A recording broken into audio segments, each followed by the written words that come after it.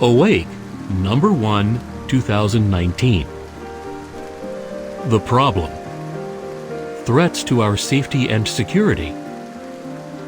This generation enjoys unprecedented technological, scientific, and financial resources. And yet this is perhaps the first generation to take the world to the brink of a political, economic, and environmental systems breakdown. The Global Risks Report 2018, World Economic Forum. Why are many informed people concerned about our future and that of the Earth? Consider just some of the challenges facing us.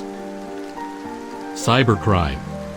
Increasingly, the Internet is proving to be a dangerous place to visit. It is a haven for pedophiles, bullies, trolls, and hackers, says the newspaper The Australian.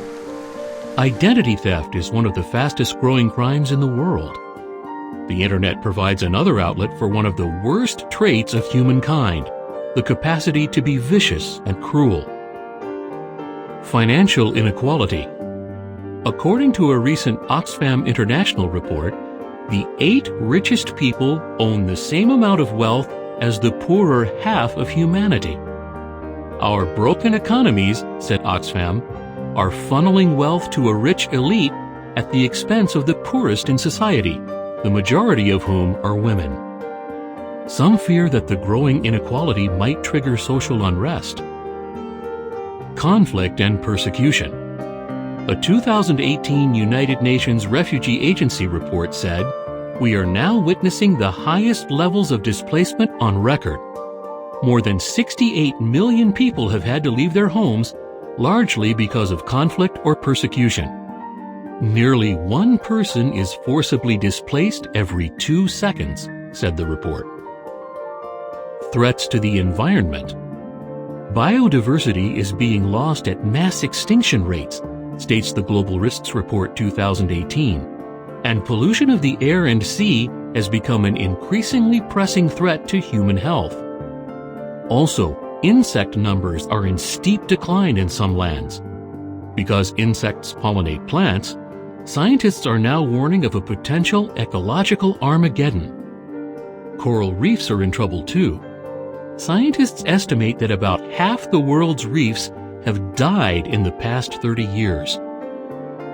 Are we able to make the changes needed for a safer and more secure world? Some feel that education should be part of the answer. If so, what kind of education? The following articles will consider these questions. End of article. The challenge. Getting to the root of our problems. Do you believe that mankind can solve the many problems that rob us of peace and security and that threaten our future? To be effective, any cure must surely address the root causes of our troubles, not just the symptoms. To illustrate, a patient named Tom was sick and later died. Why did he die? When his first symptoms appeared, no one thought to search for their underlying cause, wrote the doctor whose hospital received Tom shortly before he died. It seems that Tom's earlier caregivers had simply given him medication to make him feel better. Are humans taking a similar approach to the world's ills?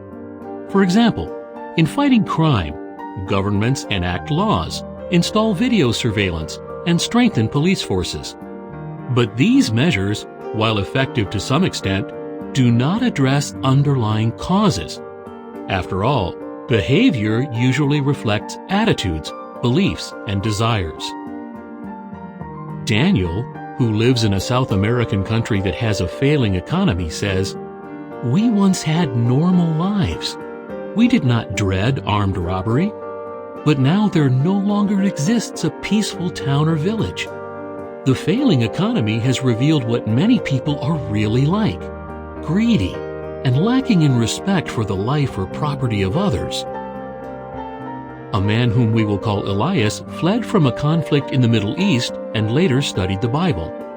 He states, "Many young men from my home city were encouraged by their families and the political religious system to get involved in the war and be considered heroes. Those on the opposing side were told the very same thing. All of this made me see how sad it is to put faith in human rulers. An ancient book of wisdom rightly states, "The inclination of the heart of man is bad from his youth up." Genesis 8:21. The heart is more treacherous than anything else and is desperate. Who can know it? Jeremiah 17:9. Out of the heart come wicked reasonings, murders, sexual immorality, thefts, false testimonies. Matthew 15:19. Mankind has been unable to find a cure for the hurtful traits that lurk within us. In fact, those traits appear to be getting worse, as reflected in the problems mentioned in the preceding article. And this is so despite the vast amount of information that is available today, not to mention our unprecedented ability to communicate with others. So why can we not make the world peaceful and safe? Are we asking more of ourselves than we can give? Are we trying to do the impossible? Are we attempting the impossible?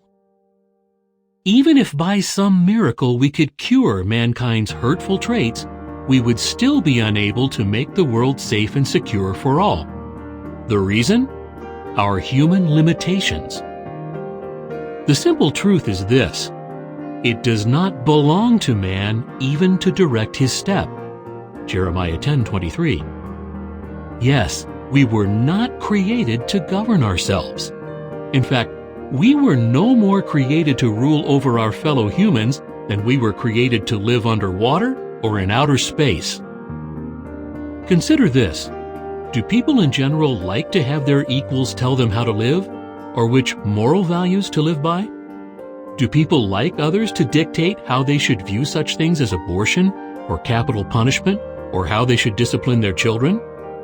These are just some of the issues that divide people. So, humbling though it might be, what the Bible says makes sense. We simply do not have the ability or the moral authority to rule over our fellow humans. Where then can we turn for help? The most reasonable answer is for us to turn to our Creator. After all, He made us. And contrary to what some may think, He has not forgotten us. In fact, His concern for us is revealed in the wisdom found in the Bible. When we understand that unique book, we also understand ourselves better, and we can make sense of mankind's sad history. We can see why, as a German philosopher once wrote, peoples and governments never have learned anything from history, or acted on principles deduced from it. Bible wisdom protects us. A wise man once said that wisdom is proved righteous by all its children, or results. Luke 7:35.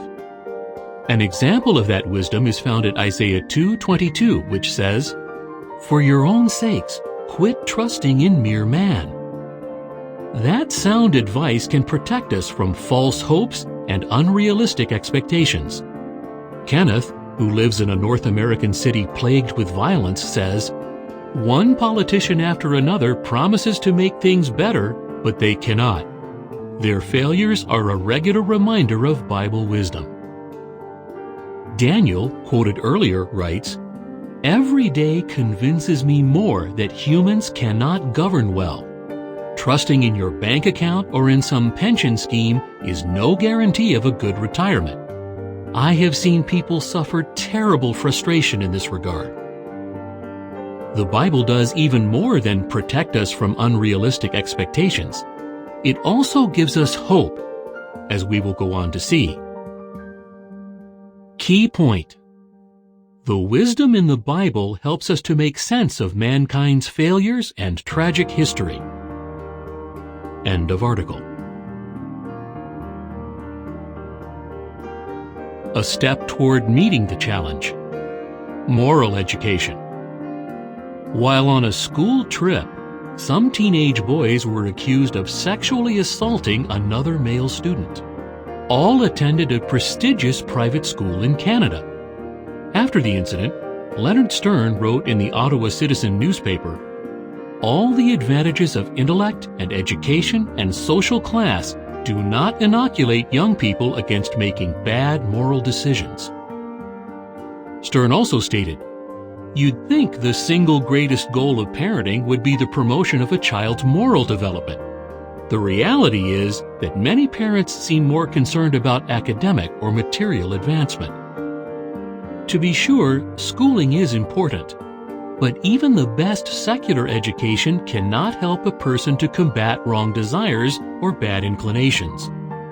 Where then can we get an education that addresses those areas, that provides moral guidance? Education that provides moral and spiritual guidance. The Bible is like a mirror.